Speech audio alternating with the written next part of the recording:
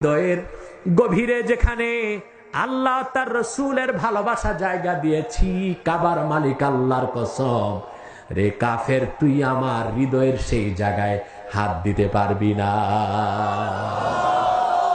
কিরকম ঈমান! সুবহানাল্লাহ, সুবহানাল্লাহ। তাদেরকে যত আঘাত করা হতো, যত মারা হতো, ঈমানের তেজ তাদের তত বেড়ে যেত, ঠিক কিনা বলেন? আজ সেই রকম ঈমান থেকে আমরা বঞ্চিত, ঠিক কিনা বলেন? ওই ঈমান যখন আসবে তখন আপনি পুরা ইসলামে চলে গেলেন, তখন ইসলামের বাইরে কোনো কাজ আপনার ভালো লাগবে না। দেখেন, আল্লাহ তাআলা মুমিনকে ইসলামে ঢুকতে বলছেন, তার অর্থ হলো যারা ঈমান এনেছো তারা ঈমানকে কামেল করো। ঈমান যখন কামেল হবে তখন ইসলামে পূর্ণাঙ্গ প্রবেশ তোমাদের ঘটবে। আল্লাহ সেই সব সাহাবীর ক্ষেত্রে এই আয়াত নাজিল করেছেন যারা ঈমান আনার পরে তাদের পূর্বের ধর্মের কিছু ভালো কাজ করত, তাদেরকে আল্লাহ পুরা মুসলমান বলতে চান নাই।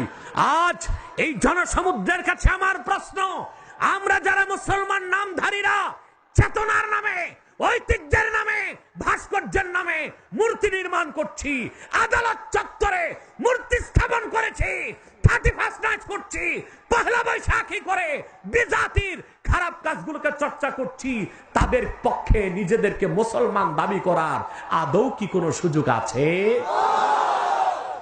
কথা বলে না।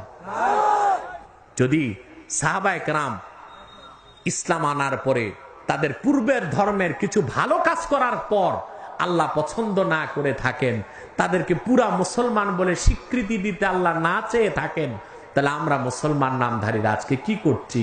আমাদের পোশাক আশাক কাফের মুশরিকের মতো, ঠিক কিনা বলেন? আমরা Pohela Boishakh, 31 night, Valentine's day নামে বিজাতি সংস্কৃতিকে চর্চা করছি, আইন ও আদালতের ক্ষেত্রে ইংরেজদের আইনকে চর্চা করছি, ঠিক কিনা বলেন? ভাস্কর্যের নামে, ঐতিহ্যের নামে আমরা মূর্তি স্থাপন করছি। কোনদিন আমাদের পক্ষে 100% মুসলমান দাবি করার কোন সুযোগ নাই।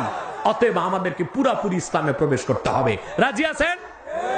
তারপর আল্লাহ বলেন, ওয়ালা তাত্তাবিউ খুতুওয়াতিশ শায়তান, শয়তানের অনুসরণ করো না।